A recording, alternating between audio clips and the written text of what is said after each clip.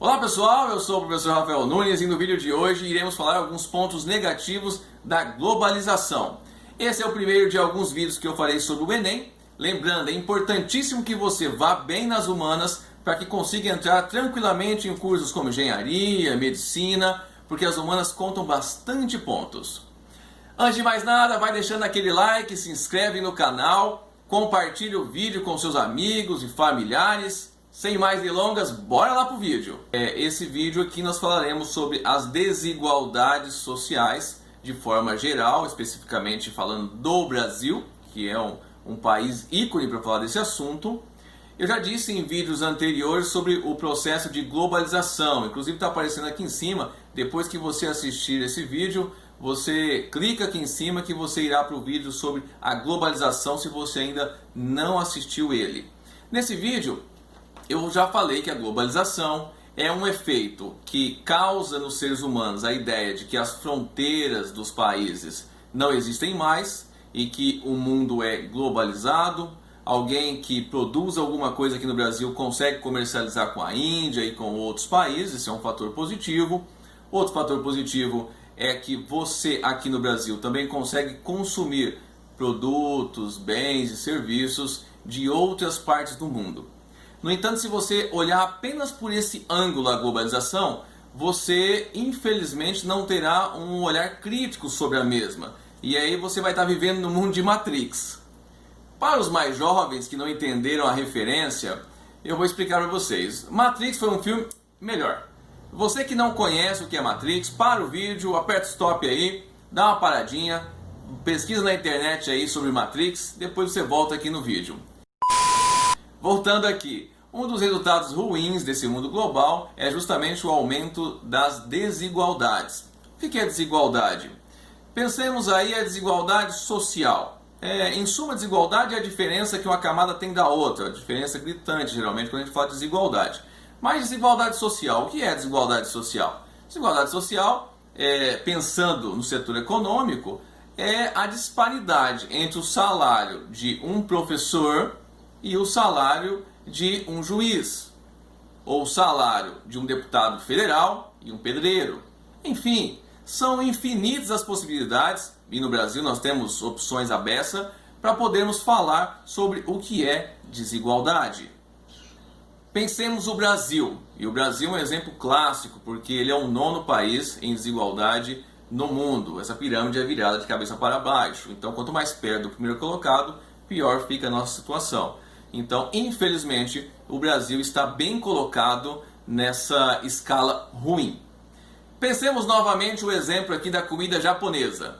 Eu não tenho nada contra quem gosta de comida japonesa. É só porque ela é uma comida não típica no Brasil e que hoje, pelo processo da globalização, é fácil de encontrar. A minha cidade, que é uma cidade muito grande, tem mais de 2 lugares aí que trabalham com a comida japonesa. O rodízio, em média, deve estar em torno de R$100. R$100 por si só já é quase 10% do salário mínimo. Digamos que você vai, come um rodízio, bebe algumas bebidas. Obviamente, né, professor, não dá para beber algo sólido, mas aí você consome algumas bebidas e esse valor fica próximo dos 20% do salário mínimo com tranquilidade. Meus queridos, é muito caro. É muito caro pagar um valor desse pensando no salário mínimo atual. O trabalhador que trabalha aí por salário mínimo, que recebe esse salário mínimo, ele demora quase 6 dias para conseguir esse valor que você está gastando numa saída. Isso sem contar gasto com combustível, se você for com seu veículo, com passagem, se você for de ônibus, ou com os aplicativos aí, de transporte, se você for pagar, roupa, água, perfume... tem vários outros gastos aí embutidos. Estou falando só a saidinha. É muito caro. Esse valor é inaceitável mediante o salário mínimo que é pago atualmente no Brasil. Isso demonstra que se você come comida japonesa, o que eu não estou dizendo que é errado, por favor, não é isso que eu quero dizer, mas se você come comida japonesa, lembre-se que pessoas que recebem salário mínimo vão trabalhar 6 dias para poder ter o dinheiro dessa saída. Ah, professor, mas quase ninguém hoje no Brasil mais ganha salário mínimo. Que isso, o senhor está sendo exagerado. Meu querido, minha querida, se você for jovem, vou te ensinar com o maior prazer. Ou melhor, vou te dar um dado com a maior tranquilidade do mundo. Agora, se você já é adulto, ou se você já tem curso superior, por favor, né? Bora estudar. Entrar no site do IBGE é muito fácil e pesquisar lá os dados, não tem segredo algum, por favor. Vamos lá. Olha, para vocês terem uma noção, hoje no Brasil, vocês terem uma noção, mais de 100 milhões de pessoas ganham menos, sobrevivem com menos de salário mínimo, segundo o IBGE. R$ 438 é o salário, o rendimento mensal de muitas pessoas hoje no Brasil. Mais de 100 milhões. Segundo o IBGE, quase 105 milhões de pessoas vivem com esse salário por mês. Então não só não ganham o salário mínimo, como também ganham, e aí os professores me perdoem, mas ganham bem menos do que um salário mínimo. R$ 438. Não é possível que você ouve isso e você acha que está normal. Não é possível que você ouve um dado desse, que você enxerga, você lê, o jornal te noticia, enfim. Não é possível que você se depara com um dado desse e você não fica chocado. E você não reage. Não é possível que isso não cause desconforto, indignação em você. Eu não acredito. Porque se isso não causar indignação em você, você não é um ser humano. Não é possível. Eu não acredito que você acha que está certo 6 pessoas no Brasil deterem o poder econômico de mais de 100 milhões de trabalhadores e trabalhadoras. As causas da desigualdade no Brasil. As causas são várias, históricas, sociais, culturais, existem várias causas. O Brasil é um país escravista, foi um país escravocrata por mais de 400 anos, é muito tempo. Ele originou, esse sistema escravocrata, originou um racismo, e esse racismo até hoje influencia, querendo ou não, nas desigualdades. O Brasil também tem raízes profundas no machismo, que também diferenciou e não permitiu que as mulheres tivessem o mesmo espaço no mercado de trabalho que os homens. Mesmo isso mudando nos últimos anos, e um dos motivos é por causa da educação, as mulheres estão estudando mais do que os homens, no entanto isso ainda é gritante no nosso país. Um outro fato é porque, além de ser difícil por questões históricas e sociais, o nosso governo, os nossos governantes não governam para os trabalhadores, governam para uma elite. Governaram e governam até hoje com elite. Eu não vou citar contemporaneamente de que tem governantes aí parcelando dívida, de sonegação fiscal, parcelando aí para pessoas riquíssimas que ajudaram na sua campanha, aí coisas acima de 200 e poucos milhões de reais. Então está parcelando. Não vou dizer que esse governo atual fez isso, e nem vou dizer que o governo anterior perdoou dívida de banco. E muito menos vou falar que um pessoal aí que se dizia governar para o povo, com medidas sociais, e que no tempo que eles eram governantes, os bancos nunca ganharam tanto. Enfim, dá para bater em todo mundo. A desigualdade no Brasil é culpa de todos esses governantes aí. Ninguém sai fora. Temos que bater em todo mundo, temos que criticar todo mundo? Sim, porque o nosso governo, contemporaneamente, estou falando do século XXI, ainda governa para as elites. Mas tudo bem, como eu sou historiador, vamos dar um exemplo da história. O Brasil sempre governou para as elites. Em 1850 tem a Lei de Terras. Como é que eram as terras no Brasil antes da Lei de Terra? Não existia legislação, existia 3 tipos de terra. Pessoas que chegavam no lugar ali, pequenos produtores geralmente, e cercavam, plantavam, colhiam e sobreviviam da terra. Era um tipo de pessoa que tinha terra no Brasil.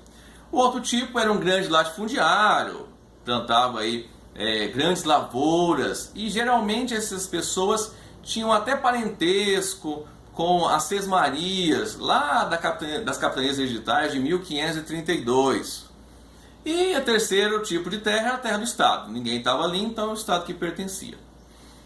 Com o advento de 1850 já tinha algumas leis, a Inglaterra estava pressionando o Brasil, a escravidão já se imaginava que iria acabar. Com esse advento da escravidão acabar, essas nuances, e também os imigrantes que vinham da Europa, que vinham da Ásia e outros lugares do globo estarem chegando ao Brasil, os poderosos grandes latifundiários pressionaram o governo, entre aspas, eles eram o governo, por mais que era imperial, eles faziam parte de altos cargos que geriam o Brasil. Então esses poderosos iam explorar quem? Se viesse o italiano para cá, conseguisse uma terra e vivesse da subsistência. Quem que eles iriam explorar se amanhã ou depois não tinha mais escravo? E o escravo, cada um pegaria uma terra e iria sobreviver. Como é que esses grandes latifundiários fariam? Então o governo, em 1850, vai aprovar a Lei de Terras, dizendo o seguinte: quem conseguisse comprovar que as suas terras fossem ganhas, ou melhor, fossem adquiridas ou ganhadas das capitanias hereditárias, lá de alguma sesmaria, de algum donatário, se conseguisse comprovar, beleza, teria as terras. Se não conseguisse comprovar, aquelas terras seriam tomadas, eram do Estado. E aí você teria que comprar ou do Estado ou de algum proprietário particular. Obviamente, desde que mundo é mundo, quem tem mais acesso à burocracia jurídica são os poderosos. Quem tem mais influência política são os poderosos, afinal são eles que participam do jogo político. E no Brasil não foi diferente. Em 1850 os poderosos conseguiram comprovar, quem tinha menos recurso não conseguiu comprovar e aí perdeu suas terras. Enfim, esse é um exemplo de vários outros que a gente poderia citar da história do Brasil, dos 520 anos do Brasil, que infelizmente lutam pelo direito das elites. A economia brasileira tem condições de dar o mínimo possível de subsistência para os nossos habitantes e ter erradicado uma vez por todas a fome no nosso país? Com certeza tem condições. Logística, transporte, dinheiro, tecnologia, não é isso que falta. O Brasil, em épocas de crise sanitária, da maior crise sanitária do Brasil, consegue bater recordes em produção de grãos. Então, falta de dinheiro não é o problema. Vamos conhecer alguns dados sobre a desigualdade no nosso país. Bora lá? Olha, o salário de pessoas brancas está em torno da média de R$ 2.999. O salário de pessoas negras em torno de R$ 1.673. É média, tá? Entre os homens, R$ 2.555. Entre as mulheres, R$ 1.985. Pessoas sem curso superior, vamos ver a média salarial, R$ 920. Lembrando, os dados de 2019, o salário era R$ 998. Pessoas com curso superior, em torno de R$ 5.108. Ah, mas eu não ganho, tenho curso superior e não ganho R$ 5.018. Se você é professor assim como eu, é o seguinte, meus queridos, é a média. Tem vários médicos que fazem cirurgias que custam mais do que isso, então ganha isso por cirurgia.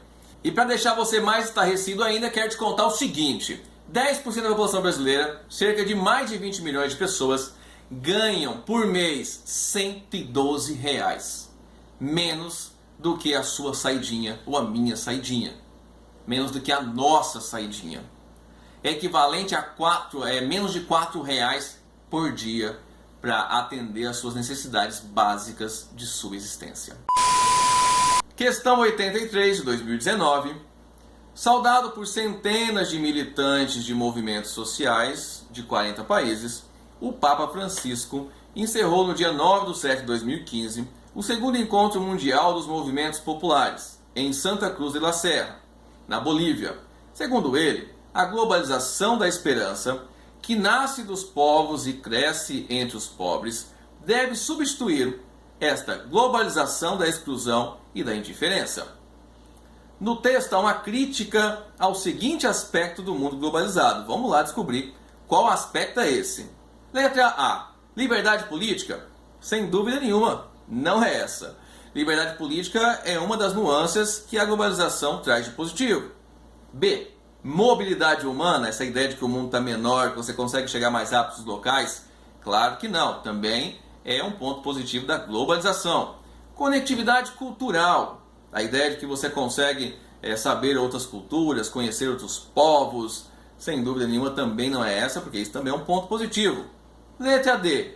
Disparidade econômica, distanciamento, diferença de ganho de um e de outro, diferença de riqueza de um para o outro, sem dúvida nenhuma, é a letra D, disparidade econômica. Agora a questão 90, que é a nossa segunda questão aqui, mas a questão 90 do Enem de 2019. A fome não é um problema técnico, pois ela não se deve à falta de alimentos. Isso porque a fome convive hoje com as condições materiais para resolvê-la. O texto demonstra que o problema alimentar apresentado tem uma dimensão política por estar associado vamos aqui de baixo para cima. Letra E. Custo de escoamento dos produtos. Como eu já disse, nós temos condições de escoar isso com tranquilidade. Hidrovias, ferrovias, rodovias, de forma aérea, a gente consegue. Letra D. Crescimento da população mundial. Juntamente com o crescimento da população, nós temos crescimento de tecnologia, possibilidade de produção em diferentes aspectos, diferentes condições. Isso não é um problema. C. Dificuldade de armazenamento de grãos. Claro que não. Conseguimos, com o avanço da tecnologia, conseguimos armazenar grãos por muitos anos. Letra B. Padrão de distribuição de renda. Meus queridos, o padrão de distribuição de renda, sem dúvida, é algo que tem que ser revisto, tem que ser melhorado, tem que ser, de certa maneira, combatido. E para fechar o vídeo, quero propor algumas reflexões. Quando você não pensa na coletividade, de certa maneira, muitas pessoas padecem. Quando nós colocamos corruptos para nos governar, de certa maneira, estamos matando pessoas, indiretamente. Para além dos modelos teóricos, econômicos, eu gostaria de dizer que o capitalismo, ele sim exclui as pessoas, mas em alguns lugares e regiões, ele é menos desigual do que outros. Pensando, por exemplo, os países nórdicos, onde professores, médicos e juízes têm níveis salariais muito próximos. A diferença, a desigualdade, a disparidade é menor. Meus queridos e minhas queridas, na minha opinião, a desigualdade é o grande mal da nossa era. Ele sim é o câncer que nós devemos retirar. Não acredito que seja fácil solucionarmos o problema da desigualdade no mundo e no Brasil. Mas acredito que, mesmo não sendo simples, devemos pressionar os nossos governantes para que eles nos deem soluções que sejam plausíveis a curto, médio e longo prazo para diminuirmos essa desigualdade. E junto com as nossas ações, mediante as ações também do governo, tentarmos de maneira conjunta resolver esse nosso grande problema. Deixe nos comentários a sua opinião de o que fazer para diminuir a desigualdade. Se você gostou do vídeo, se inscreve no canal, ative o sininho das notificações para você receber os próximos vídeos. Vai deixando aquele like maroto que ajuda bastante. Compartilhe o vídeo com seus amigos e familiares. E na aba comentários, comente, dê a sua opinião, critique, porque é assim que a gente consegue melhorar e crescer. No mais, um grande abraço. Fui!